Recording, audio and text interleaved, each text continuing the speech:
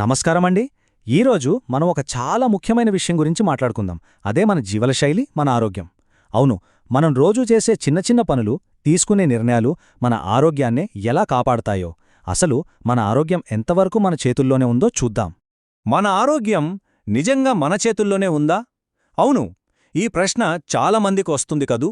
దీనికి జవాబు ఎక్కడో లేదు, కొన్ని చాలా సింపుల్ సూత్రాల్లోనే దాగుంది. ఆ సూత్రాలేంటో ఇప్పుడు వివరంగా చూద్దాం. అసలు మన ఆరోగ్యం దేనిమీద ఆధారపడి ఉంటుందంటే, సింపుల్గా చెప్పాలంటే మన డైలీ రొటీన్ మీద. అవును, పొద్దున లేచిన దగ్గర్నుంచి రాత్రి పడుకునేదాకా మనం చేసే ప్రతి పని మన ఆరోగ్యాన్ని డిసైడ్ చేస్తుంది. అడవిలో జంతువులు ప్రకృతితో పాటే జీవిస్తాయి కాబట్టి ఆరోగ్యంగా ఉంటాయి. అలాగే మన దినచర్య సరిగ్గా ఉంటే మన ఆరోగ్యం కూడా భేషుగ్గా ఉంటుంది. చూడండి, పక్షులు, జంతువులు అవి ప్రకృతితో కలిసి జీవిస్తాయి. వాటికి డాక్టర్లుగాని, హాస్పిటల్స్గాని అవసరం లేదు. ఎందుకంటే వాటి శరీరం వాటిని అవే బాగుచేసుకుంటాయి. మనలో కూడా ఆ శక్తి ఉంది. దాన్ని మనం సరైన లైఫ్ స్టైల్తో బయటకు తీసుకురావాలంతే. సరే, ఇప్పుడు ఆహారం గురించి మాట్లాడుకుందాం. మన శరీరం, మనసు రెండూ పనిచెయ్యాలంటే ఒక ఎనర్జీ కావాలి కదా. దాన్నే మనం ప్రాణశక్తి లేదా పాజిటివ్ ఎనర్జీ అనంటాం. మరి ఈ శక్తి మనకు ఎక్కడ్నుంచి వస్తుంది? ముఖ్యంగా మనం తినే తిండి నుంచే. ఇక్కడ చూడండి ఎంత తేడా ఉందో. ఒకవైపు పండ్లు, కూరగాయలు లాంటి సహజమైన ఆహారం, ఇది మనలో ప్రాణశక్తిని పెంచుతుంది. మరోవైపు నిల్వ ఉంచినవి, వేయించిన జంక్ ఫుడ్, ఇది మన శక్తిని లాగేసుకుంటుంది.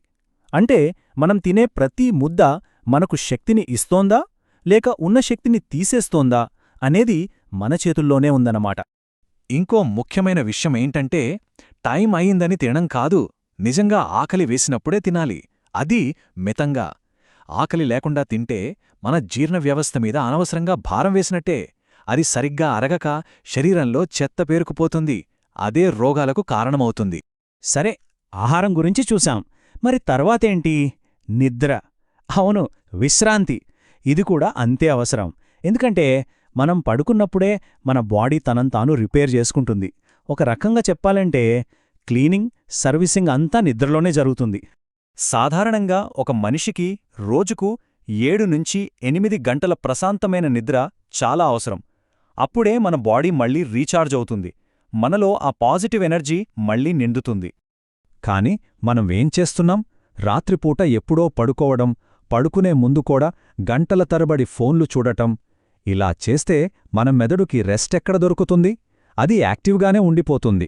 దాంతో శరీరం చేసుకోవాల్సిన రిపేర్ పని సరిగ్గా జరగదు. ఓకే, మంచి ఫుడ్, మంచి నిద్ర, ఈ రెండిటి గురించి చూసాం. ఇప్పుడు మూడోది, చాలా చాలా ముఖ్యమైనది, మనసు. మన మానసిక ప్రశాంతత. ఎందుకంటే మనసు బాగోలేకపోతే దాని ఎఫెక్ట్ ఖచ్చితంగా శరీరం మీద పడుతుంది. అందుకే చాలా రోగాలకి మూలం మనసులోనే ఉంటుంది అంటారు. ఒక్కసారి ఆలోచించండి, మనకు బాగా కోపం వచ్చినప్పుడు లేదా టెన్షన్ పడ్డప్పుడు మన శరీరం ఎలా ఫీలవుతుంది? నీరసంగా అయిపోతుంది కదా. కోపం, అసూయ, ద్వేషం, ఆందోళన ఇవన్నీ మనసును కలుషితం చేసి మనలోని మంచి శక్తిని తినేస్తాయి. ఇవే నెగటివ్ ఎనర్జీని పెంచుతాయి. మరి ఈ నెగటివ్ ఫీలింగ్స్ నుంచి బయటపడి మనసును ప్రశాంతంగా ఎలా ఉంచుకోవాలి? చాలా సింపుల్ మార్గాలున్నాయి.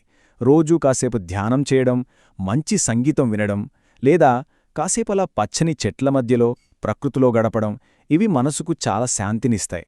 ఇదంతా విన్నాక మనకేమర్థమవుతోంది? జబ్బు వచ్చాక మందులు వేసుకోవడం కంటే అసలు జబ్బే రాకుండా చూసుకోవడం బెస్ట్ కదా. అందుకే అంటారు, నివారణ చికిత్స కన్నా మేలు అని. సరైన జీవనశైలితో ఇది పూర్తిగా సాధ్యమే. అంటే మొత్తంగా మనం తెలుసుకున్నదేంటంటే, ఆరోగ్యానికి 3 ముఖ్యమైన స్తంభాలున్నాయి. 1 సరైన ఆహారం, 2 తగినంత నిద్ర, 3 ప్రశాంతమైన మనసు. ఈ 3 బలంగా ఉన్నంతకాలం ఏ జబ్బు మన దగ్గరికి అంత ఈజీగా రాలేదు. సో ఫైనల్గా మనం గుర్తుపెట్టుకోవాల్సిన విషయం ఒక్కటే, మన ఆరోగ్యం మన బాధ్యత. దీనికోసం మనం పెద్ద పెద్ద త్యాగాలు చేయక్కర్లేదు. రోజూ మనం తీసుకునే చిన్న చిన్న జాగ్రత్తలు, చిన్న చిన్న మంచి అలవాట్లే మనల్ని ఆరోగ్యంగా ఉంచుతాయి. ఆ పవర్ పూర్తిగా మన చేతుల్లోనే ఉంది. ఈరోజు మనం ఆరోగ్యంగా ఉండటానికి ఏం చేయాలో చూశాం. బాగుంది.